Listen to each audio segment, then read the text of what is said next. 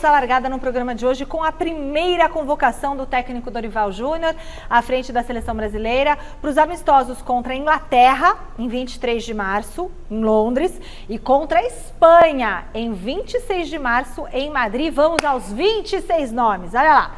Goleiros: Bento, do Atlético Paranaense, Ederson, do Manchester City e Rafael, do São Paulo, que ele conhece bem.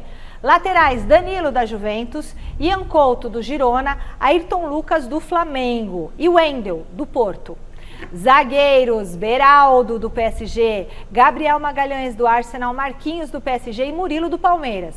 Meio-campistas: o André, do Fluminense, Andréas Pereira, do Fulham, Bruno Guimarães, do Newcastle, Casimiro, do Manchester United, Douglas Luiz, do Aston Villa, João Gomes, do Wolverhampton, Lucas Paquetá, do West Ham e Pablo Maia, do São Paulo. Atacantes: aí ele chamou o Endrick, do Palmeiras, Gabriel Martinelli, do Arsenal, Rafinha, do Barcelona, Richarlison, do Tottenham, Rodrigo, do Real Madrid, Savinho, do Girona e Vini Júnior, do Real Madrid. E aí eu quero saber de vocês aqui, nossos comentaristas, o que vocês acharam da convocação do Dorival Júnior? Gostaram ou não?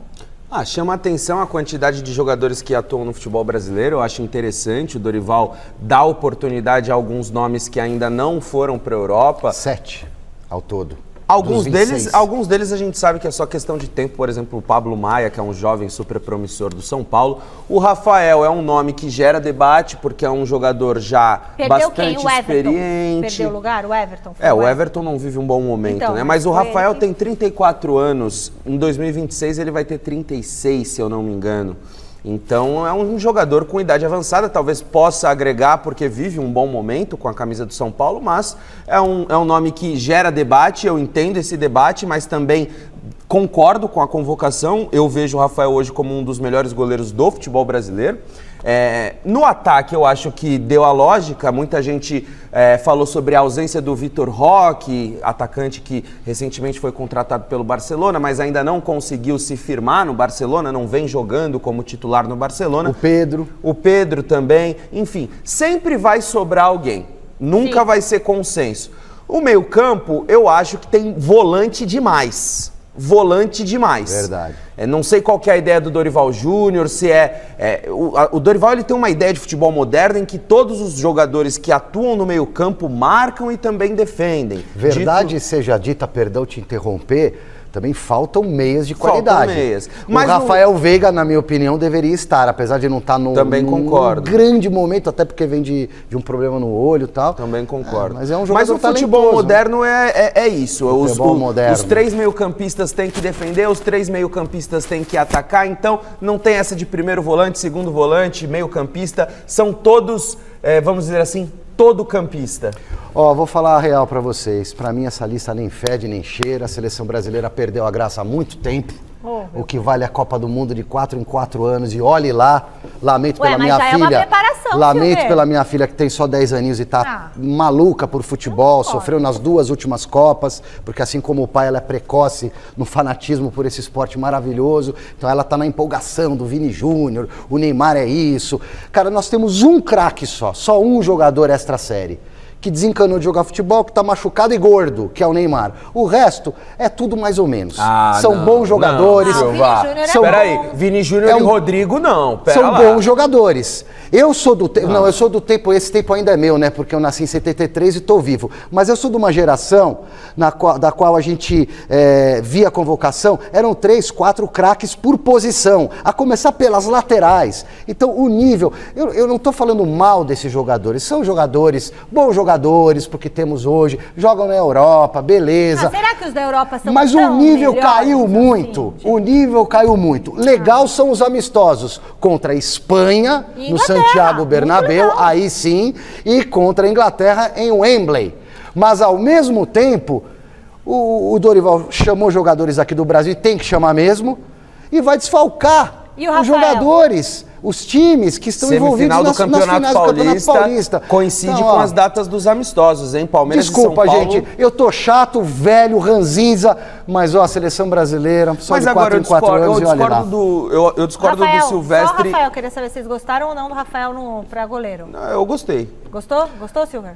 Não é goleiro para a seleção brasileira, com todo respeito, ajudou pra caramba o São agora... Paulo, é o melhorzinho depois do Rogério Ceni no São Paulo, mas não é goleiro para a Fala. seleção. Eu levaria o Everton em uma fase. Mas ele tem decidido vários jogos por São Paulo. Não, isso é outra coisa. Isso é outra coisa. Tem tido influência direta nos resultados do São Paulo. Eu não estou falando mal dele, eu só estou dizendo que para mim não é jogador de nível de seleção brasileira. Agora, em relação o nível do futebolista brasileiro caiu muito ao longo dos tempos. Nos anos 80, eu no auge do fanatismo, meu pai falava, garoto, você não viu nada, eu vi Pelé, eu vi Rivelino.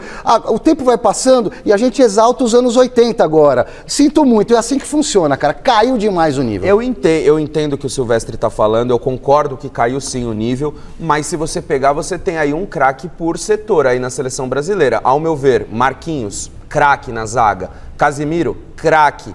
O Vini Júnior, craque. Rodrigo, craque. Craque não, grande jogador. Para mim, grande craques, jogador pro momento. São craques e já se provaram craques no mais alto nível do futebol mundial. Então, tem poucos craques, mas ainda a seleção brasileira conta com alguns craques sim no seu elenco. Opinião do Chico Lang. Chico Lang gostou, mais ou menos, ou não gostou da convocação do Dorival? Olha, Michele, a gente não pode se iludir, né? Ilusão não.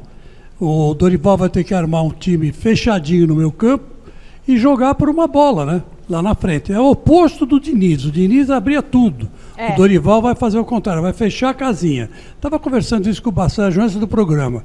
Ele fechando a casinha, o Brasil tem chance contra a Inglaterra e contra a Espanha. Completar o meu comentário sobre a lista, né? Não é que eu estou pessimista, eu acho que o Brasil tem nível para disputar com qualquer seleção. Copa do Mundo, não tem problema. Então. Só que o nível em relação àquilo que já foi caiu muito, na minha opinião. Silvestre. Sabe? Silvestre. Mas é o futebol, uma realidade. o futebol fazer, como um então? todo tá Não assim, vai? não.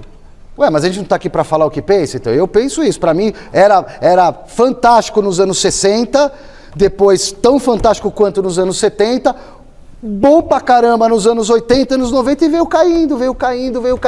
Por quê? Eu não sei. Eu não sei se estão fazendo muita tática na cabeça do jogador brasileiro desde pequenininho, porque eu vejo isso acontecendo nas escolinhas sub-8, sub-9. O cara não tem liberdade mais para expressar né, a criatividade em campo, tudo é jogo combinado, é muita... Eu não sei, cara. Pouco campo de várzea, tá tudo muito tapetinho lisinho. Eu que nasci em berço esplêndido, jogava bola na rua, no campo de terra. Eu acho que tudo isso desenvolve o futebol brasileiro. Temos que repensar o futebol brasileiro, mas ainda temos...